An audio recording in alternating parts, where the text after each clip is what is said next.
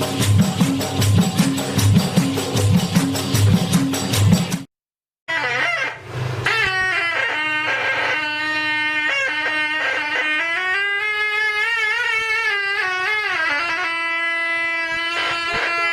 weh nak tahu cerita itu tiup seruna ni bila mula? Seruna. Ha. Seruna ni tak payah tahun lah. Ha, agak-agak berapa tahun? 15 tahun. Tahu lah. Mana kalau tahu bila Tak ingat tahu. Tak tahu. Ada 12 tahun lah hidup dia. Jadi umur daripada 18 sampai umur 97. Bulan ni. Dalam mana-mana majlis seperti majlis perkahwinan, silat, tarian, main putri dan mayung, peranan alat-alat muzik tradisional seperti serunai, gong, gendang, rebana dan beduk begitu sinonim dan akan bertambah berseri apabila alat-alat muzik itu bergabung. Pada masa itu, alat-alat muzik tradisional adalah sehati dan sejiwa dan masyarakat setempat yang mewarisinya sejak turun-temurun bukan sahaja mahir bermain tetapi juga kaya dengan seni pembuatannya.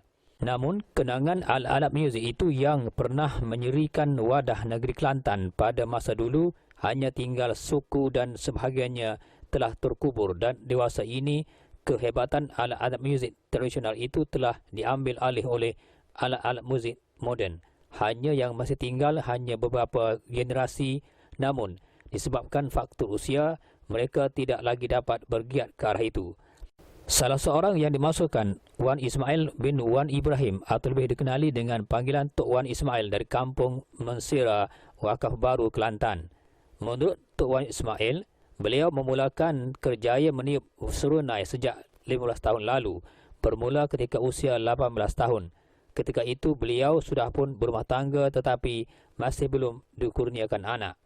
Ditanya bagaimana beliau memperoleh ilmu meniup serunai itu, katanya beliau memperolehnya dengan cara membawa serunainya sendiri kemudian meminta orang mahir atau pakar serunai itu memperdengarkan atau menunjuk cara meniup atau memainkan sesuatu muzik terbabit. Beliau akan meminta pakar terbabit supaya meniupnya terlebih dahulu. Dari situ beliau akan mendengarnya dengan tekun dan secara tidak langsung beliau mampu meniupnya mengikut rentak irama orang yang meniupnya. Katanya, di antara individu yang pakar dalam meniup serunai yang pernah beliau minta menunjuk ajar ialah kira-kira 5 orang. Menurutnya, beliau akan mula meniup serunai setelah mendengar muzik lain di Palu, misalnya gendang, rebana atau beduk. Dari situlah beliau mengetahui apakah irama yang sesuai untuk tujuan itu seperti gendang wayang, main putri, silat, mayung dan tarian, kecuali di Kira Barat. Dengan kata lain, apabila satu kali pukulan gendang, beliau bermula dengan meniup serunai sehingga selesai. Tetapi kalau bersilat, serunai akan ditiupnya terlebih dahulu. Dia menjadi minat dengan serunai setelah mendengar bunyinya yang lunak dan merdu sehingga beliau terpanggil untuk melakukannya sendiri. Hanya di Kira Barat sahaja tiupan serunai tidak masuk, kata Tok Wan Ismail ketika ditemui wartawan Sel TV di kediamannya itu. Katanya beliau berkebolehan dan mahir meniup mengikut rentak irama terbaik ketika usianya 35 tahun.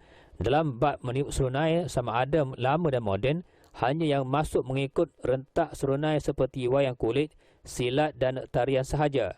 Namun di Kira Barat tidak tersenarai. Kata Tok Wan Ismail, sekiranya beliau dijemput ke tempat yang jauh semata-mata untuk meniup serunai, misalnya ke Kuala Lumpur, beliau diberi upah serunai sebanyak RM40 semalam.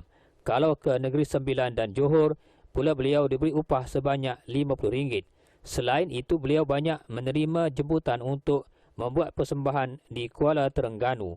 Katanya, Tok Wan sering dijemput untuk membuat persembahan di beberapa tempat seperti di Negeri Sembilan 2 kali, Kuala Lumpur 2 kali, Pahang 2 kali, Kuala Terengganu 2 kali dan lain tempat di gelanggang seni di Kota Baru, Kelantan sendiri.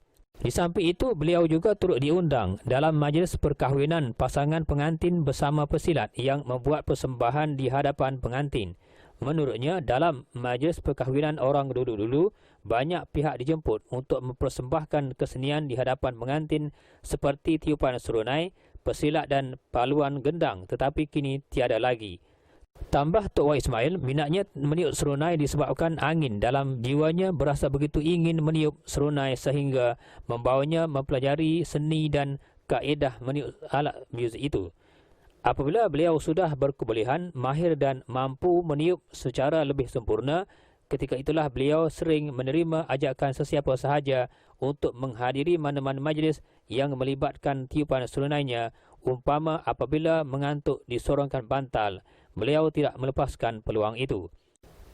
Menurutnya, kebanyakan alat-alat muzik tradisional seperti serunai, rebana, gong, beduk dan gendang Tok Wan sendiri yang membuatnya.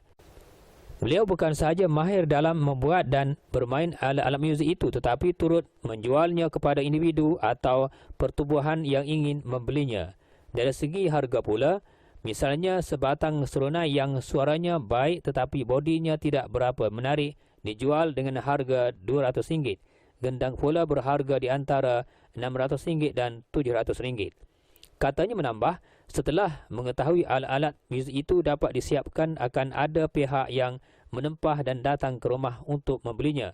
Pada ketika itu, beliau tidak menang tangan untuk membuatnya berdasarkan jumlah tempahan yang datang silih berganti.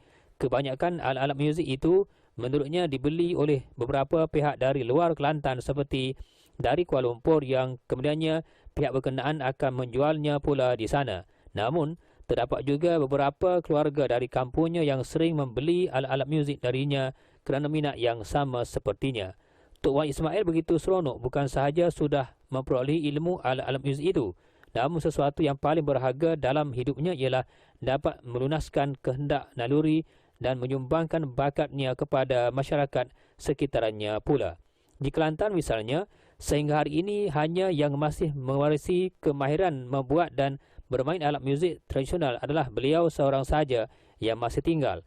Namun, melihatkan kepada usianya yang hanya 3 tahun lagi ke usia 100 tahun, beliau tidak lagi mempunyai kudrat untuk mencari kayu yang baik, apatah lagi untuk menebang kayu itu di hutan untuk tujuan membuat alat muzik. Sementara pula cuba bermain dan menjualnya. Tetapi apabila diminta meniup serunai yang sering menjadi teman ketika sunyinya, beliau masih lagi mampu untuk mempersembahkan bakat yang sedia mengalir dalam darah, naluri dan jiwanya sejak dari usia 18 tahun itu.